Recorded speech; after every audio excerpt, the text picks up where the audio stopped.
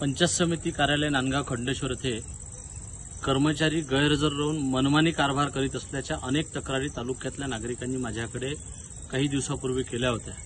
आज अचानक आठवड्याचा पहिला दिवस सोमवार असल्यामुळे मी सकाळी 11 वाजता पंचायत समिती कार्यालयात अचानक भेट दिली असता त्या ठिकाणी बहुतांश कर्मचारी गैरहजर होते।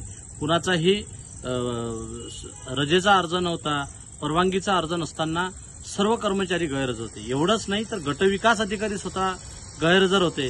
गटविकास अधिकारी जर स्वतः गैरहजर राहत असेल तर इतर कर्मचारी कसे काय हजर राहणं शक्य आहे। म्हणजे सांगायचं तात्पर्य एवढंच, राजा गैरहजर असला तर प्रजा कशी काय जागावर येणार।